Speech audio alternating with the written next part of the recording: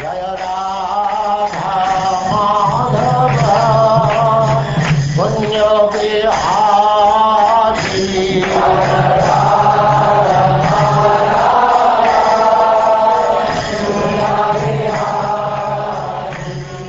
And now chapter 10, Departure of Lord Krishna for Dwarka.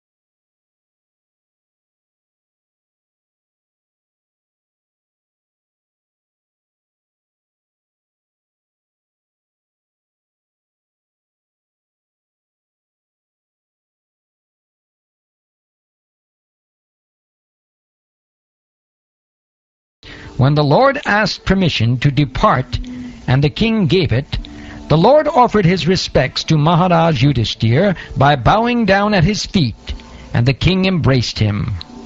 After this, the Lord, being embraced by others and receiving their obeisances, got into his chariot.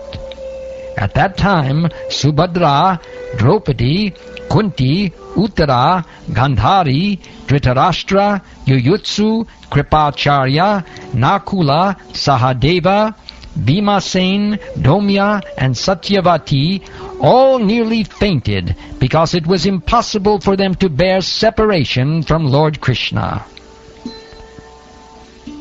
The intelligent, who have understood the Supreme Lord in association with pure devotees, and have become freed from bad materialistic association, can never avoid hearing the glories of the Lord, even though they have heard them only once. How then could the Pandavas tolerate his separation? For they had been intimately associated with his person, seeing him face to face, touching him, conversing with him, and sleeping, sitting, and dining with him. All their hearts were melting for him on the pot of attraction. They looked at him without blinking their eyes, and they moved hither and thither in perplexity. The female relatives, whose eyes were flooded with tears out of anxiety for Krishna, came out of the palace. They could stop their tears only with great difficulty. They feared that tears would cause misfortune at the time of departure. While the Lord was departing from the palace of Hastinapur, different types of drums, like the mridanga, dola, nagra, danduri, and dandubi, and flutes of different types, the veena, gomukha, and beri, all sounded together to show him honor.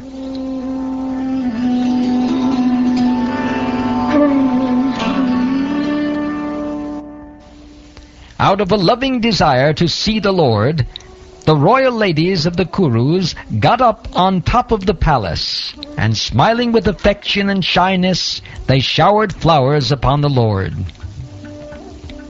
At that time, Arjun, the great warrior and conqueror of sleep, who is the intimate friend of the most beloved Supreme Lord, took up an umbrella which had a handle of jewels, and was embroidered with lace and pearls. Uddhava and Satyaki began to fan the Lord with decorated fans, and the Lord, as the master of Madhu, seated on scattered flowers, commanded them along the road. It was being heard here and there that the benedictions being paid to Krishna were neither befitting nor unbefitting, because they were all for the Absolute, who was now playing the part of a human being. Absorbed in the thought of the transcendental qualities of the Lord, who is sung in select poetry, the ladies on the roofs of all the houses of Hastinapur began to talk of him.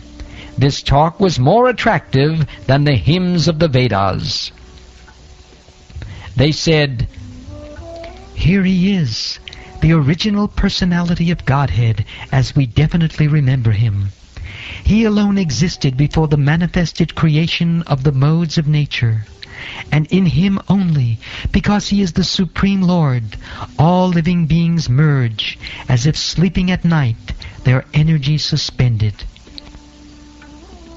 The personality of Godhead, again desiring to give names and forms to his parts and parcels, the living entities, placed them under the guidance of material nature.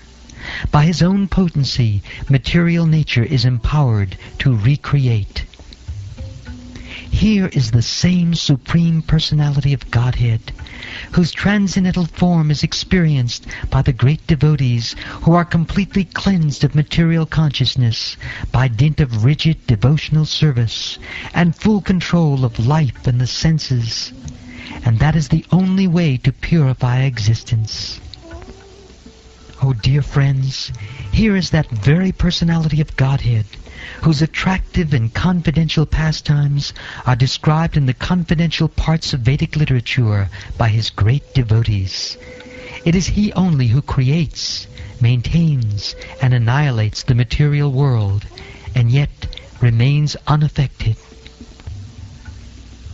Whenever there are kings and administrators living like animals in the lowest modes of existence, the Lord, in his transcendental form, manifests his supreme power, the truth positive, shows special mercy to the faithful, performs wonderful activities, and manifests various transcendental forms as is necessary in different periods and ages.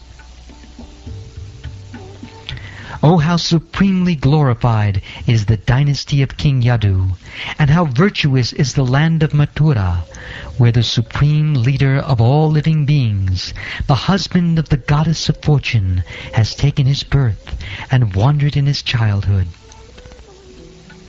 Undoubtedly it is wonderful that Dwarka has defeated the glories of the heavenly planets and has enhanced the celebrity of the earth. The inhabitants of Dwarka are always seeing the soul of all living beings, Krishna, in his loving feature.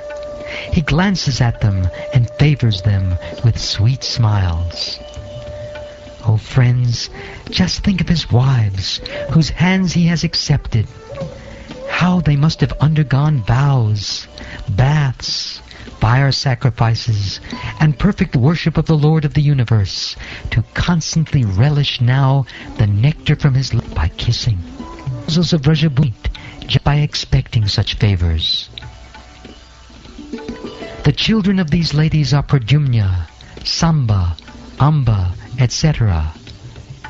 Ladies like Rukmini, Satyabhama, and Jambavati were forcibly taken away by him from their Svayamvara ceremonies. After he defeated many powerful kings, these were also forcibly taken away by him after he killed Bhaumasura and thousands of his assistants. All of these ladies are glorious. All these women auspiciously glorify their lives despite their being without individuality and without purity. Their husband, the lotus-eyed personality of Godhead, never left them alone at home. He always pleased their hearts by making valuable presentations.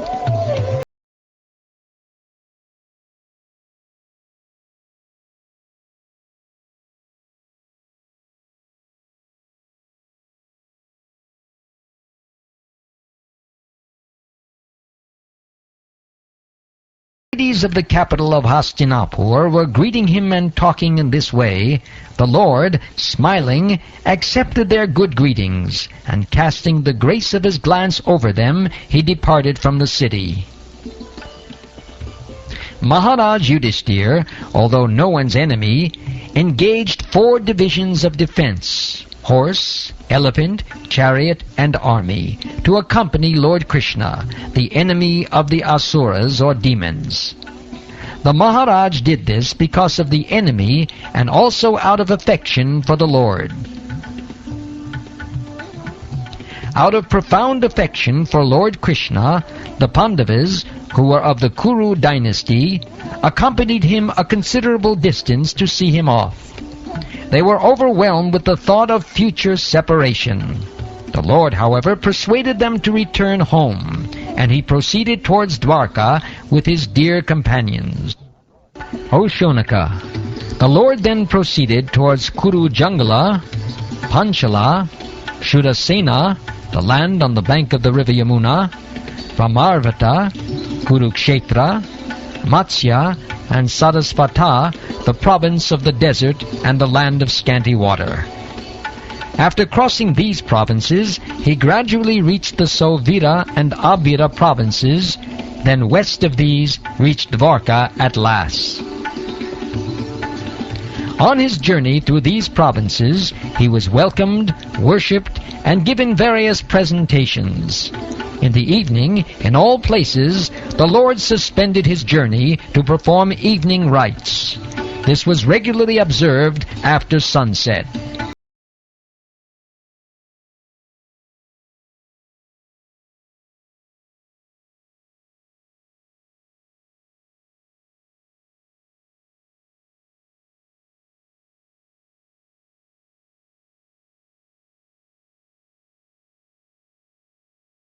The 10th chapter of the first canto of the Srimad Bhagavatam, entitled Departure of Lord Krishna for Dwarka.